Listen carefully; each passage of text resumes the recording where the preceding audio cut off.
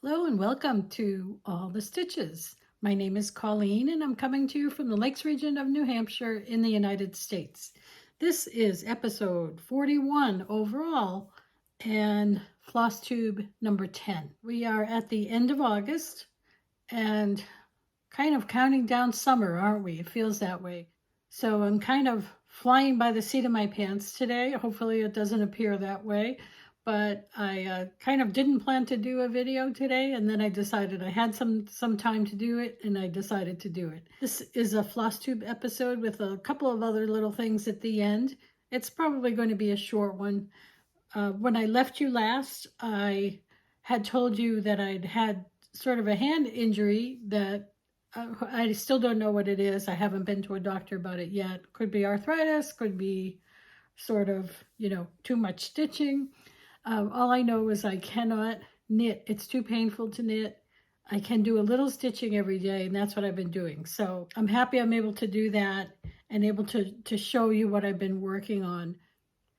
So that explains why it's going to be a short video and not one with all kinds of things I've been working on. I still have one FFO, a fully finished object. I have some finishes that are not quite fully finished, and I have a couple of things I've been working on. So that I don't waste any more time, I will get right to it. My fully finished project is, I'll show you the pattern first, from the Drawn Thread. It is Free and Brave.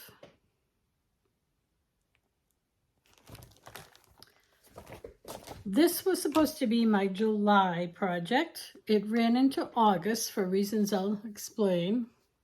And this is my fully finished project. It looks better on the screen than it does in real life. No, it was fun for a while. I have to say, it's a little bit different than the pattern. And if you've stitched it, you know why. But what I did, the house is the same, the words are the same, the flags are the same, the eagles are the same, the two eagles. And you know what? That was the best part. I really enjoyed that. All the other, this greenery that comes around and those stars, I changed. The reason I changed is, let me show you. All of those, what I made into the red stars, were actually all these different stitches. I can't show you the pattern, but there were all these different stitches. And, such as small sprats head heart. That is what it says. Double diagonal cross. All kinds of things. So the only thing I really did the same is the satin stitch leaves.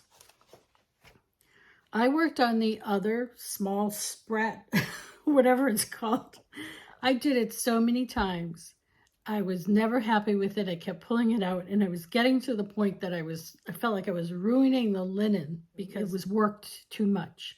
So I ended up I didn't want to pick it up anymore. It was no longer fun. So I decided I'm just going to create my own design around there. And I used, I took off on what they did. I did the green vine. I did the satin stitch leaves. I just, for some reason, really struggled with the rest of it. I added, instead of these fancy stitches, I did these these stars. They were sort of like little quilty stars. And I added like these two white things here. I that was in the pattern, but honestly, by that time, it kind of felt like a hot mess. I just wasn't placing things in the right place because I changed the design. Like this star touches the flag. But you know what? When I was done, you know how sometimes when you're done, you're done? And that's how I was feeling, like I'm just finishing it. So what I did to finish, and I think it's fine. I think it's fine for, you know, a 4th of July or a holiday, a summer piece to just put on a table. How I finished it, I was going to frame it, decided it wasn't worthy of spending the money on a frame. So I got this little easel piece from a company on Etsy called Starry Night Designs. I've used these before and they're really great. I mean, it's a piece of wood that's painted and they do the finish. You get to choose the fabric you want. You get to choose the size. They do this finish of this fabric. And then I decided my piece was too small. I had too much of a border. So I made this other backing on the red fabric and decided to add the little mini palms from Lady Dot Creates. So there you have it. I'm done. And sometimes done is the most important thing. So once I moved on from there, I started working on my Prairie Schooler Santa and finished that. This is the 2024 Santa. This is an older one. I really wanted to do the little Santa with the needlework hoop or whatever, frame, I guess it is. And I did this a little bit different as well. Just some different colors. These are so fun, but I tell you, let me show you I don't have the original pattern. I have the booklet, the Santa's Revisited booklet. And it comes with these 3. This is the 2004 book number 207. I love the Prairie Schooler Santas. I love them. My one complaint I run into each time is the green they use on the red Santa coat just blends into the red. So there's a lot of, like the trim of the coat is green, and there's a lot of embroidery designs around the coat that you can't even see. In fact, it was really hard to even stitch it. And I thought about doing white, and then, you know what, I just did part of it and I said, okay, I'm done. Because once again, sometimes done is best. So this is smaller than I usually make the Prairie Schoolers. I usually make them on 14 count. This is 16 count. 16 count French golden needle. Ada. So I have enough of this I'm going to put another Santa here. Maybe I'll sort of match them up. And not quite sure what I'm going to do with these, but that will be for the next video. The next thing I've been working on and off, are some of the pin keeps from Keeper of the Pins. So I have 3 of them here on one piece of fabric. Oh, let me backtrack. First of all, I forgot to tell you, Free and Brave was stitched on 32 count Summer Khaki, Belfast Linen. Keeper of the Pins, I'm stitching on 32 count Vintage Country Mocha. And here's the first one I did.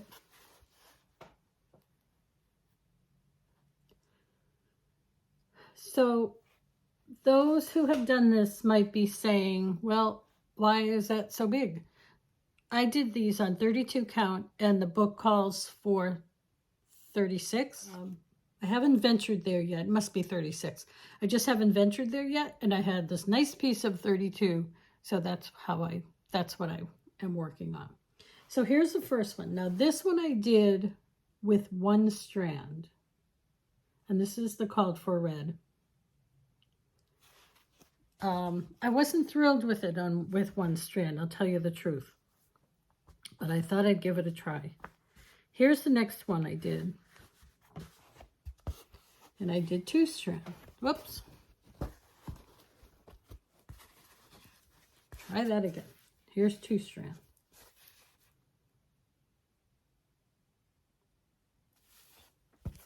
I'll show you the difference.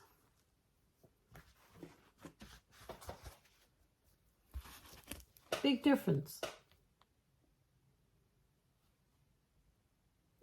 So I'm going to stick with the 2 strand. I started this one. This is just a start. That's my third. I'll show you that. That's the one with the little tomatoes. Oh, can't show you the chart. The little tomatoes sitting on the spool of thread. So I really kind of got into a groove on these, and then I went away for a few days and didn't bring it, and now I'm ready to get back to them. So I might keep it at the 3, I might do one more, and then make them into little pincushions. So guess what? That's all my stitching. That's it. Pretty sad. As far as knitting is concerned, I can't, like I said, I can't. It's very painful for my hands, so I'm not able to knit. But thank goodness I can stitch. I'm looking for other things that I can do that are, don't really use my hand so much in painful ways. And I've come across a couple of things. I wasn't going to show this because it's going to look strange, but I went to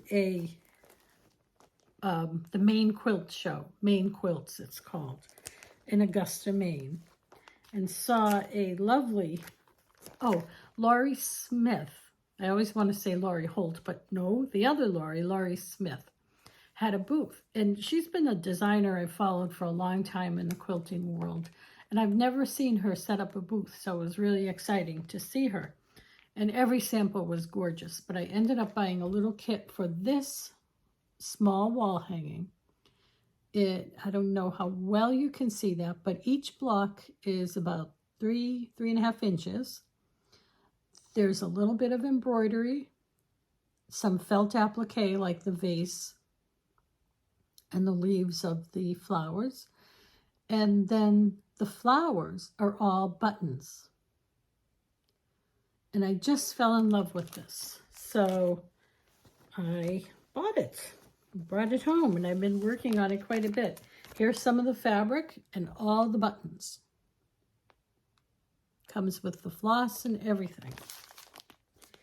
And like I said, this is going to look strange because you put the buttons on at the end, actually when it's all quilted, because otherwise your thread is going to be caught around all the buttons when you're quilting.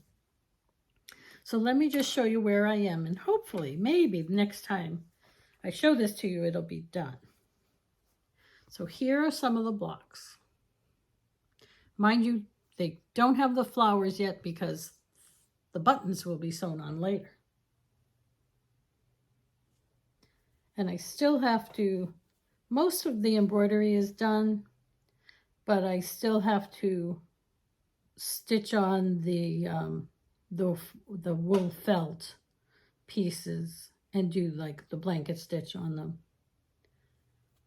But aren't they cute? I thought they were so cute. Very simple little stem stitches, lazy daisy stitches, and that's all. No other stitches required. The other thing I did was take a class last week on needle felting with Neysa Russo, who is a fiber artist I want to say she's in Vermont. Yes, she's from Vermont.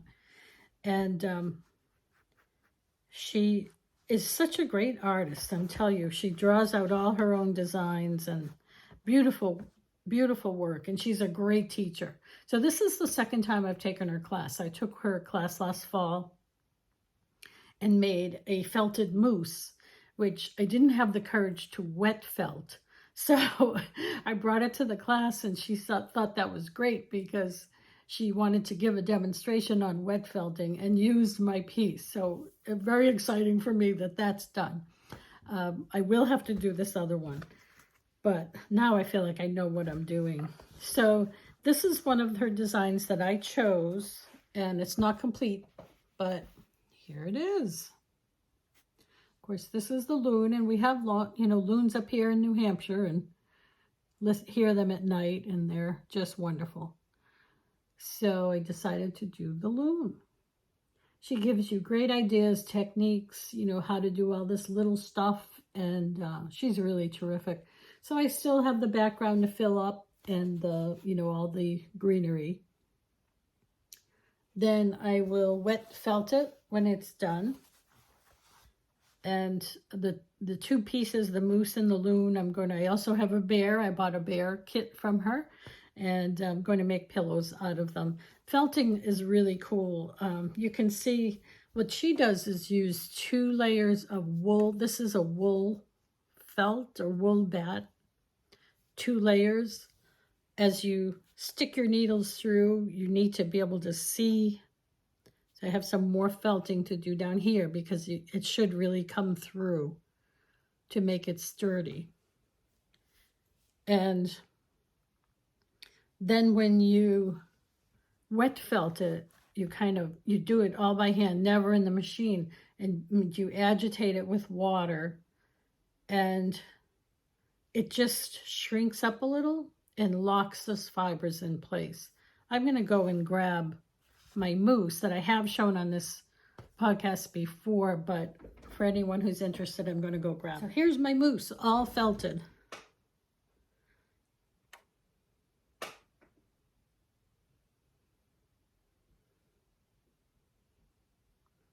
I just love it.